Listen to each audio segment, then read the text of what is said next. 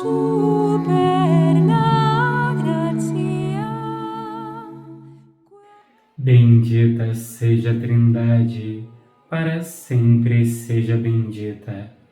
Neste sábado, dia 23 de novembro, vamos rezar juntos o Evangelho de São Lucas. O Senhor esteja convosco. Ele está no meio de nós. Proclamação do Evangelho de Jesus Cristo segundo Lucas. Glória a vós, Senhor. Naquele tempo, aproximaram-se de Jesus alguns saduceus que negavam a ressurreição e lhe perguntaram: Mestre, Moisés deixou-nos escrito: se alguém tiver um irmão casado e este morrer sem filhos, deve casar-se com a viúva, a fim de garantir a descendência para o seu irmão. Ora, havia 7 irmãos. O primeiro casou e morreu sem deixar filhos. Também o segundo e o terceiro se casaram com a viúva. E assim os 7, todos morreram sem deixar filhos. Por fim morreu também a mulher. Na ressurreição, ela será esposa de quem? Todos os 7 estiveram casados com ela. Jesus respondeu aos saduceus: nessa vida, os homens e as mulheres casam-se, mas os que forem julgados dignos da ressurreição dos mortos e de participar da vida futura, nem eles se casam, nem elas se darão em casamento, e já não poderão morrer, pois serão iguais aos anjos, serão filhos de Deus, porque ressuscitaram. Que os mortos ressuscitam, Moisés também o indicou na passagem da sarça, quando chama o Senhor, o Deus de Abraão, o Deus de Isaque e o Deus de Jacó. Deus não é Deus dos mortos, mas dos vivos, pois todos vivem para Ele. Alguns doutores da lei disseram a Jesus: Mestre, tu falaste muito bem. E ninguém mais tinha coragem de perguntar coisa alguma a Jesus. Palavra da salvação. Glória a vós, Senhor. Meu irmão, minha irmã, esse evangelho nós vemos os saduceus que não creem na ressurreição tentando fazer uma pergunta para enganar Jesus ou fazer que Jesus fale algo que vai contra aquilo que eles acreditavam. Talvez esse seja o primeiro ponto que nós devemos parar e refletir sobre a maldade do coração humano.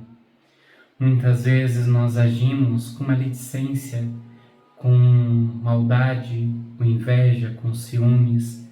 Nós agimos de uma maneira até bonita de ver a distância, mas que na verdade a nossa ação, o nosso agir visa prejudicar, visa destruir, visa acabar com o outro.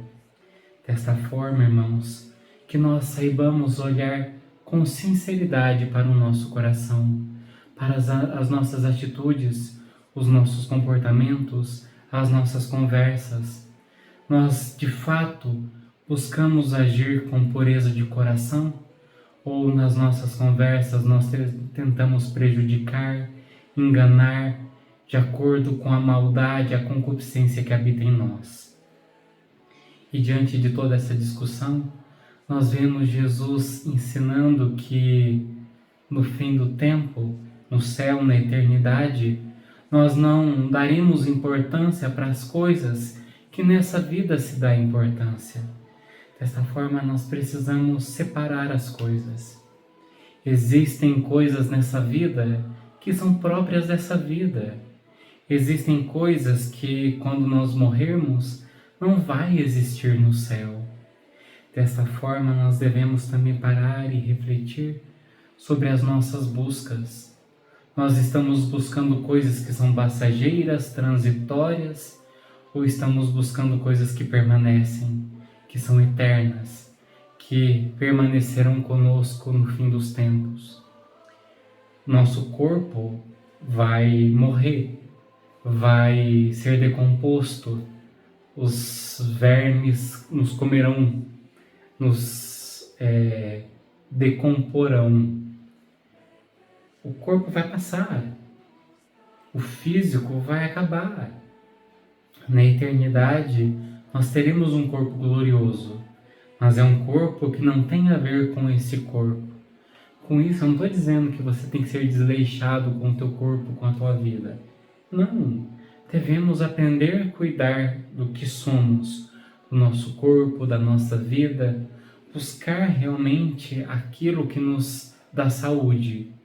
Mas muitas vezes nós usamos o nosso corpo para satisfazer os nossos prazeres, para satisfazer o prazer do próximo, usamos o nosso corpo para gerar maldade, maledicência, concupiscência, e assim nós corremos o risco de fazer de algo belo, sagrado, um instrumento de queda.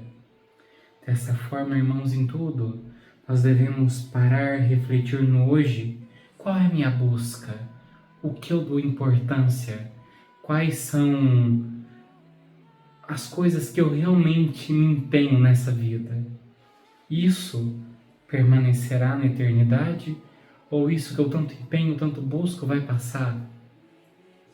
Que nós aprendamos a orientar as nossas forças para os bens que são eternos, para os bens que não são passageiros, para que assim, quando chegarmos na eternidade, nós cheguemos com a mão cheia, cheia de virtude, cheia de graça, cheias de bênçãos, cheias de história, de verdadeiro amor, de verdadeiro companheirismo. Que possamos então rezar pedindo a Deus essa graça de aprendermos a construir uma vida que vale a pena.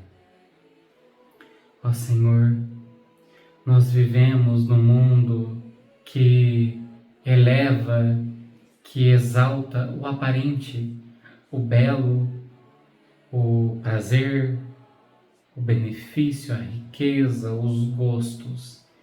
E muitas vezes nós damos tanta atenção a isso que esquecemos que existe um céu, que esquecemos que existe um caminho depois, que eu não vou chegar lá por um passe de mágica, mas conforme o caminho até lá hoje, nessa vida, mais fácil eu entrarei nesse céu.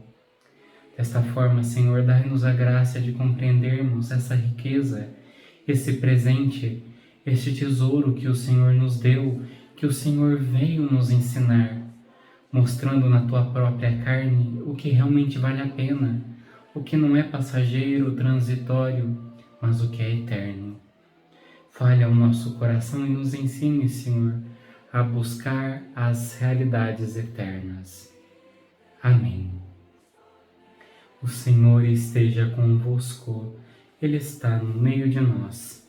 Pela intercessão da bem-aventurada Virgem Maria e de São José, abençoe-vos o Deus Todo-Poderoso, Pai, Filho e Espírito Santo. Amém. Só lembrando que esses dias eu estou em Romaria. Caso você queira fazer novena, aqui no final vai ter o card com a oração, e rezem por mim nessa caminhada. Deus abençoe.